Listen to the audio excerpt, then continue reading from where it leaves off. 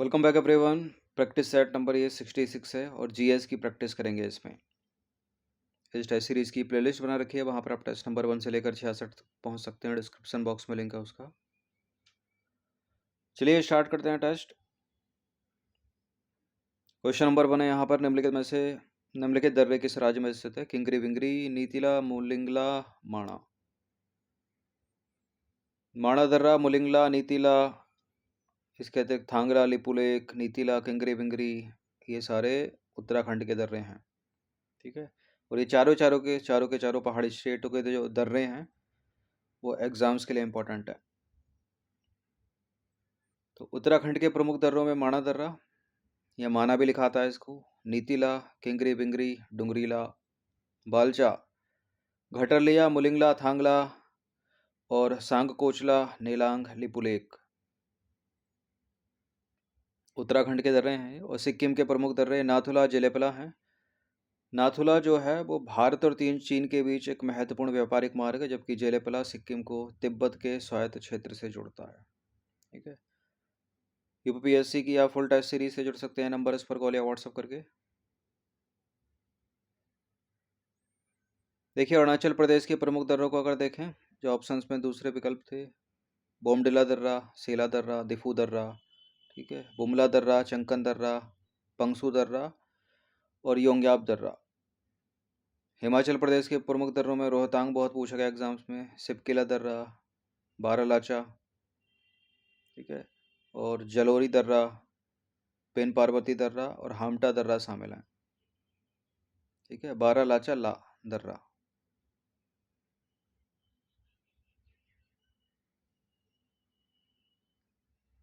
Next question है, सिंधु घाटी सभ्यता के संदर्भ में निम्नलिखित को सुमेलित करेंगे। यह है स्थान, यह है प्रमाण।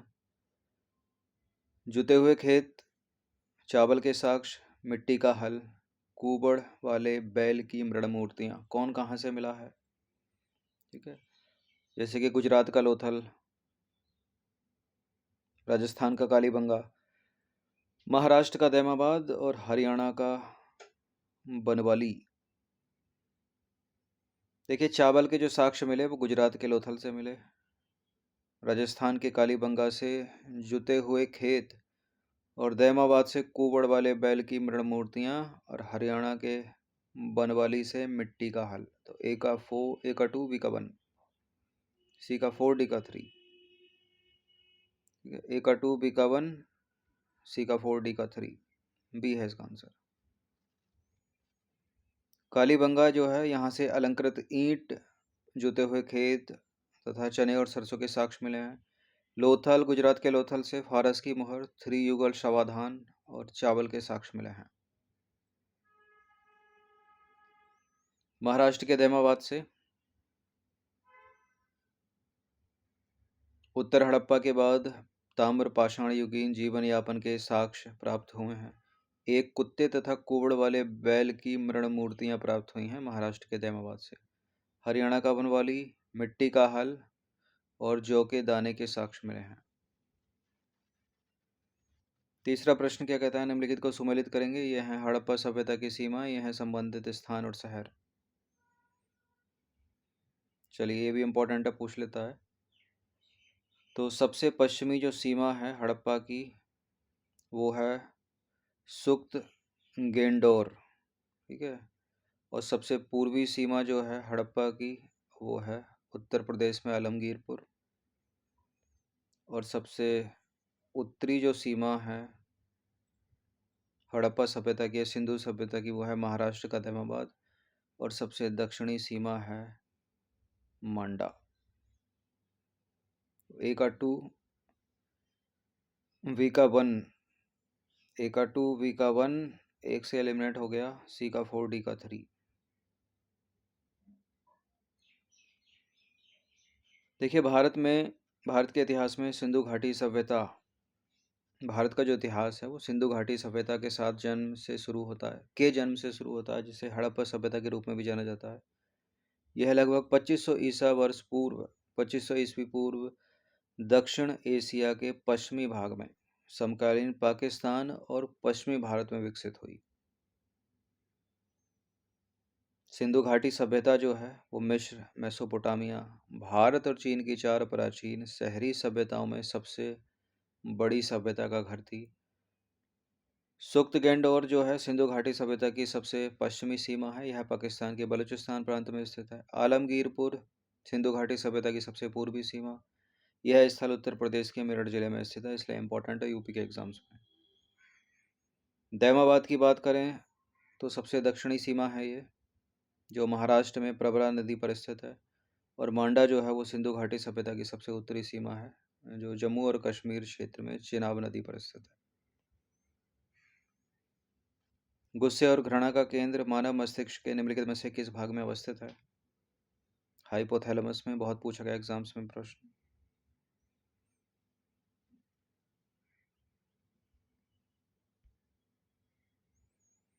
देखिए, भूख हो गया, प्यास हो गई, ताप नियंत्रण, घृणा, रक्तदाब, जल के उपापचय, पसीना, गुस्सा आदि का जो केंद्र बिंदु है वो मस्तिष्क में हाइपोथैलेमस। अंग्रेजी में इसको देखें तो hunger, thrust, temperature control, hatred, blood pressure, water metabolism, sweating, anger, ये सब कुछ नियंत्रित करता है हाइपोथैलेमस। ठीक है। और हाइपोथैलेमस अंतःस्रावी ग्रंथियों से स्रावित होने वाले हार्मोन्स का नियंत्रण करता है। निम्नलिखित को सुमेलित करेंगे, क्या है ये? खेल का नाम: कंबाला खेल, बल्लम कल्ली खेल, रेकला रेस, जल्लीकट्टू। कौन क्या है इसमें?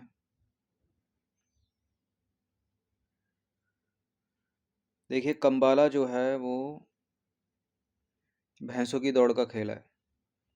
जो बेल्लम कल्ली है वो केरल में नौका दौड़ का खेल है। जो रैकला रेस है वो बैलगाड़ी दौड़ का खेल है। और जो जल्लीकट्टू है वो सांडों को काबू करने का एक पारंपरिक खेल है तमिलनाडु में। तो ए का 1 हो गया, बी का 4 हो गया। ए का 1, बी का 4, क्या हो रहा है ये? ठीक है, ए का 1, बी का 4, सी का 2 और डी का 3, बी है इसका आंसर। जल्लीकट्टू जो है वो तमिलनाडु में सांडों को काबू करने का एक पारंपरिक खेल है। कंबाला कर्नाटक में आयोजित भैंसों की दौड़ का खेल है। रैकला रेस जो है वो तमिलनाडु में आयोजित एक बैलगाड़ी का खेल है। और बेलम कल्ली केरल की नौका दौड़ का खेल है। ठीक है, ये इम्पोर्टेंट है। अच्छा, इसमें ये भी इम्पोर्टेंट है कि ये है क्या, और दूसरा उससे ज़्यादा भी इम्पोर्टेंट है कि किस राज्य से वो संबंधित है। ठीक है।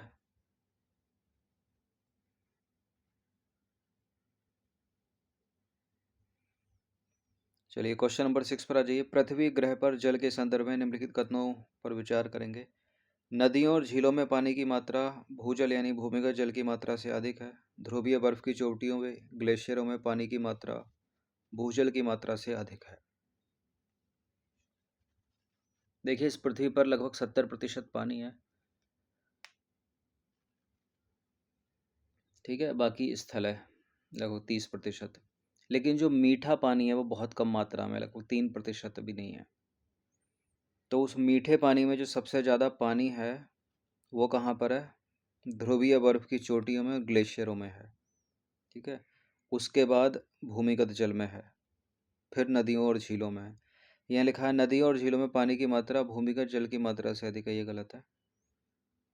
ध्रुवीय बर्फ की चोटियों और ग्लेशियरों में पानी की जो मात्रा है वो भूजल की मात्रा से अधिक है। ठीक है, दूसरा वाला ठीक है।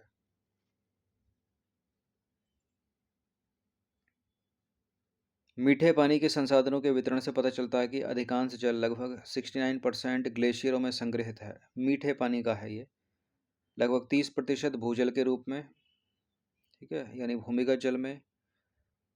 जो मीठे पानी का है ना, ओवरऑल 3% ही मीठा पानी पृथ्वी पर। उस 3% का के अगर 100% को हम देख लें तो उसमें से 69% ग्लेशियरों में संग्रहित है, 30% भूजल के रूप में है। ठीक है, और बाकी का नदियों, झीलों और दलदल समूह में जो है उसकी उपलब्धता 1% से भी कम है। नतीजन क्या हुआ? भूमिगत जल की मात्रा की तुलना में नदियों और झीलों में जो निहित पानी की मात्रा है वो कम है। तो पहला वाला गलत हो गया। और भूजल स्रोतों की तुलना में ध्रुवीय बर्फ की चोटी और ग्लेशियरों में जो पानी है वो अधिक है भूमिगत जल से। ठीक है, वर्तमान में जो बाढ़ आ रही हैं, नदियां बेकाबू हो रही हैं, ग्लेशियरों का पिघलना ही है, जलवायु परिवर्तन से हो रहा है सब कुछ। ठीक है, जिससे नदियों का जल स्तर बढ़ रहा है और वो अपना फैलाव कर रही हैं। 7वां प्रश्न है, डॉक्टर भीमराव अंबेडकर द्वारा निम्नलिखित में से कौन सी पुस्तक लिखी गई? डॉक्टर भीमराव अंबेडकर जो है एनिहिलेशन ऑफ कास्ट, बुद्ध और Karl Marx, the rise and fall of Hindu woman, ये तीनों की तीनों जो हैं किताबें हैं डॉक्टर भीमराव अंबेडकर द्वारा लिखित। डी है इसका आंसर। देखिए, डॉक्टर भीमराव अंबेडकर एक प्रमुख भारतीय विधिवेत्ता, अर्थशास्त्री, समाज सुधारक, राजनीतिज्ञ थे। 14 अप्रैल 1891 में मध्य प्रदेश के महू में जन्म हुआ था उनका। महत्वपूर्ण पुस्तकों की बात करें उनकी तो एनिहिलेशन ऑफ कास्ट, बुद्ध और कार्ल मार्क्स, और तीसरी पुस्तक का नाम है who were they and why they become untouchables. ठीक है, इसको जो है हिंदी में ना पढ़ के अंग्रेजी में ही पढ़ना ज़्यादा ठीक है। बुद्ध एंड हिज धम्म, और एक और पुस्तक है the rise and fall of Hindu women. ठीक है, who were they and why they become untouchables.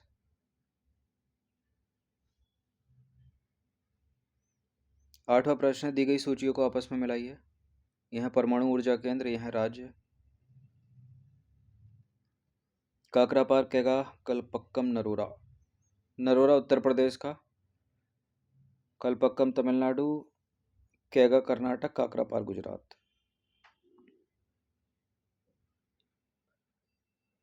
तो ए का 2, बी का 1, सी का 4, डी का 3, ए हो गया इसका आंसर।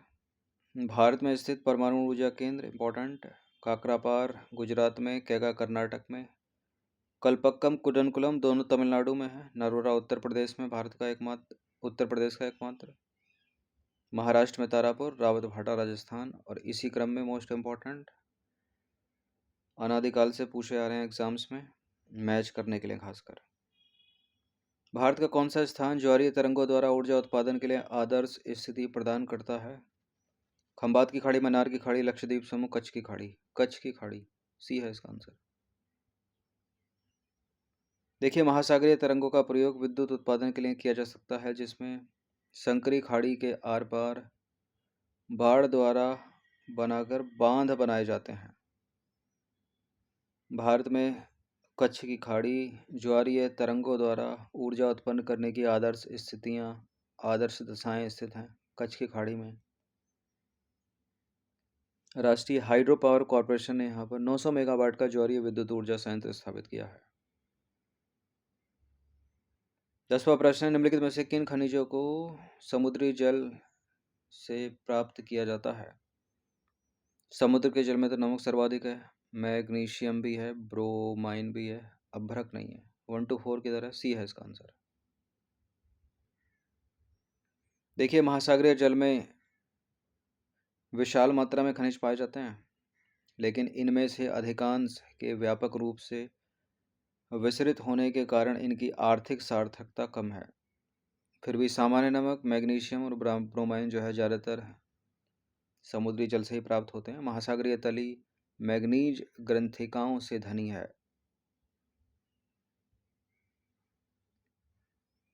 अब 11वां प्रश्न आ जाइए, निम्नलिखित में से कौन से लौह अयस्क के क्षेत्र हैं? बादाम पहाड़, सिंह भूमि, मैकाल पहाड़, नेल्लौर। लौह अयस्क के क्षेत्र हैं, चारों तो हो नहीं सकते किसी में भी, उपयोग सभी तो है नहीं, 1 2 3 4 नहीं है। बादाम पहाड़, सिंह भूमि, तो 1 और 2 डी है इसका आंसर। देखिए, बादाम पहाड़ और सिंह भूमि में लौह अयस्क का खनन किया जाता है। उड़ीसा में उच्च कोटि का हेमेटाइट किस्म का लौह अयस्क मयूरभंज व केंदुझर जिलों में बादाम पहाड़ खाद्यान्नों से निकाला जाता है। इसी के निकट झारखंड के सिंहभूमि जिले के गुआ और नोआमुंडी से हेमेटाइट अयस्क का खनन किया जाता है। 2 स्टेटमेंट वाला 12वां प्रश्न है, नाभिकीय रिएक्टर में मंदक के रूप में भारी जल या ग्रेफाइट का प्रयोग किया जाता है। मंदक जो है रिएक्टर में न्यूट्रॉन की गति को धीमा करता है, बढ़ाता है। मंदक यानी मॉडरेटर घटाते ही है। बिल्कुल भारी जल या ग्रेफाइट का प्रयोग किया जाता है नाभिकीय रिएक्टर में मंदक के रूप में। दोनों के दोनों सही है, सी है इसका आंसर। देखिए नाभिकीय रिएक्टर में मंदक के रूप में यानी मॉडरेटर के रूप में भारी जल यानी DTO या ग्रेफाइट का प्रयोग किया जाता है, जो रिएक्टर के विखंडन अभिक्रिया के दौरान उत्पन्न न्यूट्रॉनों की गति को धीमा करते हैं। परमाणु रिएक्टर में विखंडन अभिक्रिया के दौरान उत्पन्न न्यूट्रॉन को धीमा करने के लिए मंदक यानी मॉडरेटर की आवश्यकता होती है, तो दूसरा वाला भी करेक्ट है। 13वां प्रश्न क्या है? टाइफाइड के सामने लिखा है बैक्टीरिया, इन्फ्लुएंजा और जुखाम के सामने वायरस लिखा है, सामान्य त्वचा रोग के सामने फंगस लिखा है, निंद्रालु व्याधि लीशमानिया प्रोटोजोआ। टाइफाइड साल्मोनेला टाइफी से होता है, बैक्टीरिया है। डेंगू जुकाम इन्फ्लुएंजा सब वायरस है। सामान्य त्वचा रोग फंगल इन्फेक्शन। निंद्रालु व्याधि लीशमानिया प्रोटोजोआ से नहीं होती, ठीक है। निंद्रालु व्याधि जो होती है वो होती है ट्रिपनेसोमा प्रोटोजोआ से। लीशमानिया प्रोटोजोआ से मलेरिया का आजार होता है। निंद्रालु व्याधि यानी स्लीपिंग सिकनेस बोलते हैं अंग्रेजी में इसको, ये होती है ट्रिपनोसोमा प्रोटोजोआ से। 14वां प्रश्न है, 14 नंबर का प्रश्न है। ध्वनि तरंगे अनुदैर्ध्य तरंगे हैं, ध्वनि तरंगे यांत्रिक तरंगे हैं, ठीक है। Sound waves are longitudinal waves, sound waves are mechanical waves. दोनों सही है या कोई भी सही नहीं है? ये दोनों सही है, पहला भी सही है, दूसरा भी सही है, तो इसका आंसर हो जाएगा ऑप्शन नंबर सी। ध्वनि तरंगे जो हैं वो यांत्रिक तरंगे हैं, ये निर्वात में संचारित नहीं हो सकती, याद रखना। प्रकाश दौड़ता है निर्वात में, प्रकाश दौड़ता है निर्वात में, निर्वात यानी वैक्यूम में, लेकिन ध्वनि के लिए तो माध्यम की आवश्यकता होती है, इन्हें संचरण के लिए माध्यम की आवश्यकता होती है यानी मीडियम की। 15वां प्रश्न है, ध्वनि का वह लक्षण जिससे उसके मोटे या पतले होने का निर्धारण होता है, क्या बोलते हैं उसको? क्या वो आवृत्ति है यानी फ्रीक्वेंसी है, तारत्व है यानी पिच है, तरंगदैर्घ्य वेवलेंथ है? मोटा पतला होने के लिए तारत्व, पिच।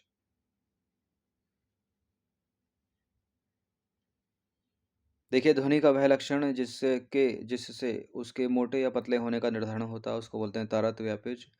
दूसरे शब्दों में किसी उत्सर्जित ध्वनि की आवृत्ति को मस्तिष्क जिस प्रकार अनुभव करता है उसे तारत्व या पिच कहते हैं। यदि आवृत्ति उच्च है तो तारत्व भी उच्च होता है, यानी फ्रीक्वेंसी उच्च है तो जो पिच है वो भी ऊंचा होगा, और फ्रीक्वेंसी यानी आवृत्ति अगर निम्न है तो तारत्व भी निम्न होता है, ठीक है। तारत्व जितना बढ़ता जाएगा आवाज उतनी पतली होती जाएगी, जितना घटता जाएगा उतनी मोटी होती जाएगी। महिलाओं में तारत्व अधिक होता है इसलिए आवाज पतली होती है, पुरुषों में कम इसलिए मोटी होती है। ध्वनि की चाल के संदर्भ में विचार करेंगे भाई, 3 स्टेटमेंट है। देखिए ध्वनि की चाल प्रकाश की चाल से अधिक होती है, यहीं काट देते हैं इसको। प्रकाश की चाल बहुत अधिक है ध्वनि से।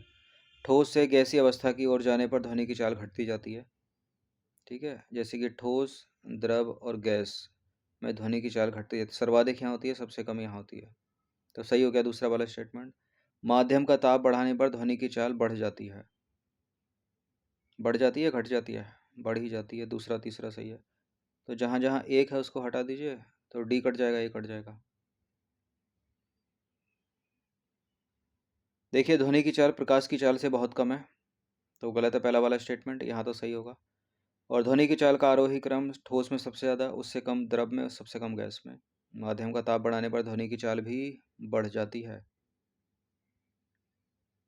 ये प्रश्न आ गया है अब ज्योग्राफी का। सिरोको सहारा मरुस्थल से भूमध्य सागर की ओर बहने वाली गर्म हवा है, और इसी हवा को मिस्र में खमसिन के नाम से जाना जाता है। बिल्कुल ये करेक्ट है, दोनों के दोनों, सी है इसका आंसर। देखिए दोनों के दोनों सही हैं। जो सिराको है वो सहारा मरुस्थल से भूमध्य सागर की ओर बहने वाली गर्म हवा है, जब यह भूमध्य सागर को पार करती है तो आर्द्र हो जाती है और इटली पहुंच जाती है। इस हवा को मिस्र में खमसिन, लीबिया में गिबिली, ट्यूनीशिया में चिली, मैड्रिया में लेस्ट, इटली में सिराको और स्पेन में लेवेक के नाम से जाना जाता है। 18वां प्रश्न में 2 स्टेटमेंट है, निम्नलिखित कथनों पर विचार करेंगे। पहला कथन, दूसरा कथन। विश्व का सबसे ऊंचाई पर स्थित जो शांत ज्वालामुखी है वो एंकाकागुआ एंडीज पर्वतमाला में स्थित है। विश्व का सबसे ऊंचाई पर स्थित जो सक्रिय ज्वालामुखी है वो ओजस डेल सेलेडो भी एंडीज पर्वतमाला में स्थित है। बिल्कुल, ये कथन दोनों के दोनों सही हैं। पहला भी सही है, दूसरा भी सही है। सी है इसका आंसर। देखिए, एंडीज जो है विश्व में सबसे लंबी पर्वतमाला है, जो दक्षिण अमेरिका के पश्चिमी तट पर स्थित है। कुल मिलाकर यह पर्वतमाला 7,000 किलोमीटर लंबी और 200 किलोमीटर की औसत चौड़ाई रखती है।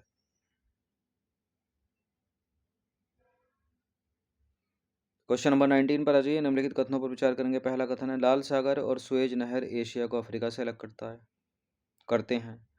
जो बेरिंग जल संधि है वो एशिया को उत्तरी अमेरिका से अलग करती है। बिल्कुल सही है दोनों के दोनों कथन। सी है इसका आंसर। देखिए, एशिया को अफ्रीका से सुएज नहर अलग करती है। ये जो सुएज नहर है वो मिस्र में भूमध्य सागर को लाल सागर से जोड़ती है। ठीक है, तो महाद्वीपों को अलग कर रही है